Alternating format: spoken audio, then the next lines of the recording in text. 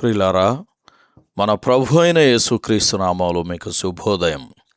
ప్రతిదినం ప్రభుతో జనవరి 6 మంగళవారం. నేటి మన ధ్యాన లేఖనం యోబు గ్రంథం 5వ అధ్యాయం 17-18 వచనాలు. దేవుడు గద్దించు మనుష్యుడు ధన్యుడు, కాబట్టి సర్వశక్తుడగు దేవుని శిక్షను తృణీకరింపకము. ఆయన గాయపరిచి గాయమును కట్టును, ఆయన గాయము చేయును, ఆయన చేతులే స్వస్థపరచును. వ్యాఖ్యానాంశం: ఆయన గాయము చేయును, ఆయన చేతులే స్వస్థపరచును.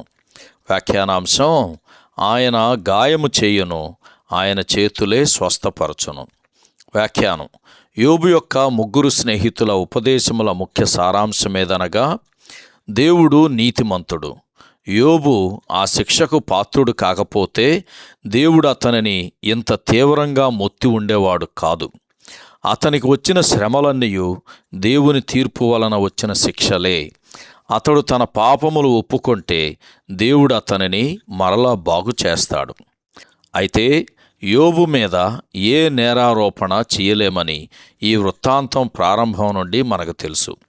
సాక్షాత్తు దేవుడే నిష్కారణముగా అతనిని పాడు చేయుటకు నీవు నన్ను ప్రేరేపించితివని సాతానుతో చెప్పాడు. యోబు గ్రంథం 2వ అధ్యాయం 3వ వచనం చదవండి. కాబట్టి అతనికి సంభవించిన శ్రమలు శిక్ష అని తలంచటం తప్పు. అది శిక్ష కాదు, ఎంతమాత్రమూ కాదు. 17-18 వచనాల్లో అతని జీవితమును గురించిన సంక్షిప్తమైన వివరణ రాయబడి ఉన్నది. ఈ 2 వచనాలు సామెతల గ్రంథం 3వ అధ్యాయం 11-12 వచనాలతో పోల్చి చూడాలి. ఇవే మాటలు హెబ్రీయులకు రాసిన పత్రిక 12వ అధ్యాయము 5-6 వచనాల్లో తిరిగి ప్రస్తావించబడినాయి. అదేమనగా, నా కుమారుడా, యెహోవా చేయు శిక్షను తృణీకరించకము. ఆయన నిన్ను గద్దించినప్పుడు విసుగకము. ప్రభువు తాను ప్రేమించు వానిని శిక్షించి దండించును. యెహోవా తన సేవకుని హెచ్చరించి సరిచేయవలసిన ప్రత్యేక కారణము లేకపోలేదు.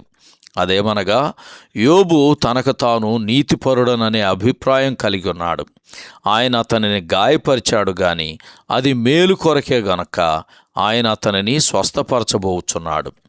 ప్రభువు తాను ప్రేమించు వానిని అను ఈ మాటలు ఎంత ఆదరణకరమైన మాటలో కదా. సాతాను రేకెత్తించిన తుఫాను చివరకు ఒక విశ్వాసి ఎడల దేవుని ప్రేమకు రుజువుగా నిలిచాయి.